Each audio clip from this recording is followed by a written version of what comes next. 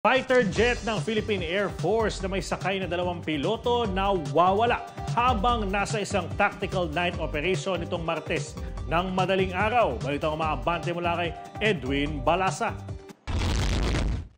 Isang Philippine Air Force aircraft ang nawawala sa isinagawang tactical night operation nitong hating gabi ng Martes, Marso 4, 2025. Ayon kay Air Force spokesperson Colonel Maria Consuelo Castillo, isang FA-50 fighter jet ang nawala ng komunikasyon sa iba pang kasamahan ilang minuto bago dumating sa kanilang target area sa Mactan, Cebu.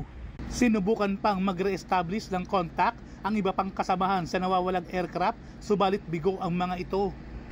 Sa ngayon ay patuloy ang pagsasagawa ng maigting na search operation sa pamamagitan ng paggamit ng lahat ng resources ng Philippine Air Force upang ma-relocate ang nawawalang jet fighter aircraft. Naniniwala naman ang Philippine Air Force na mahanap ng ligtas ang nasabing jet fighter at humihingi din ng dasal ang ahensya sa publiko ngayong kritikal na oras. Ako si Edwin Balasa ng Abante Radio. Ito ang balitang mabilis, mabangis, walang mintis.